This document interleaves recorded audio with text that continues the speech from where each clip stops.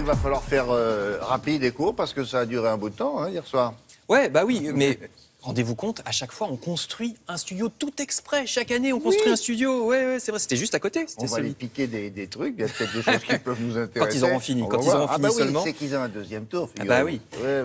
Et puis, dans la chaîne, toutes les stars sont mobilisées. Regardez, il y avait hier soir Laurent Delahousse en maître de cérémonie, en monsieur loyal principal, à la manœuvre aussi David Pujadas et Léa Salamé. Alors ces trois-là, vous les connaissez très bien, mais aussi plusieurs dizaines de correspondants partout en France. Regardez sur l'écran, les voici, et aussi des correspondants à l'étranger. Il y a environ 200 personnes minimum qui sont mobilisées sur une soirée comme celle-là. Imaginez 200 personnes sur le pont à ce moment-là. Et puis la nouveauté cette année par rapport à 2012 et 2007, c'est la place très importante prise par les réseaux sociaux. Regardez, Marie-Sophie Lacaro nous montre ça. Et il y a eu les combats de tweets, les déclarations des candidats, les intox sur Internet, etc. Et Marie-Sophie Lacaro nous apprend qu'hier encore, il y avait des gens qui regardaient sur Internet pour savoir comment faire une procuration. Alors c'était trop tard. Hein. Pensez-y d'ailleurs maintenant, si vous voulez, pour le deuxième tour, parce qu'il n'est jamais trop tôt.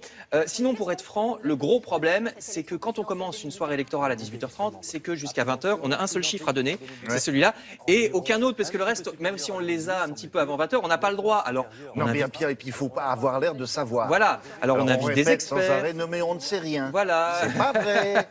Il y en a qui savent. On invite des experts, et puis regardez, hommage à nos truquistes, regardez, c'est beau quand même. Quand on donne donc pour aller jusqu'à 20h les biographies des candidats. Ouais. C'est vraiment très bien, hein, très joliment fait.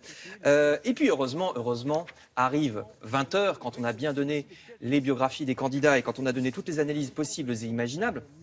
On va passer à la deuxième bobine parce qu'à partir de 20h, c'est le moment que tout le monde attend. Et d'ailleurs, un petit cocorico pour cette estimation de notre chaîne qui, dès 20h, est très proche des résultats qui se confirmeront par la suite. Hein. Alors, après, l'intérêt, c'est la tête des différents invités. Jean qui rit, Jean qui pleure. Alors, par exemple, évidemment, la tête pas contente de Laurent Wauquiez ou de Jean-Pierre Raffarin. Alors, eux, c'est logique, hein, puisque leur candidat, François Fillon, n'est pas qualifié. Idem aussi pour la petite mine de Benoît Hamon. Lui aussi s'est assorti à son score, évidemment, très bas. Mais il y a des têtes moins attendues. Par exemple, François Fillon, qui était étonnamment souriant au tout début de sa déclaration, vous allez voir, voilà, alors qu'il reconnaît sa défaite, hein, quand même. Donc, fair play de la part de François Fillon, grand sourire aussi de la part de Marine Le Pen, alors que n'oublions pas, elle a été donnée pendant très longtemps à presque 30% dans les sondages et première. Bon, finalement, elle est qualifiée, mais en deuxième position avec un peu plus de 20%. Elle affiche cependant un grand sourire.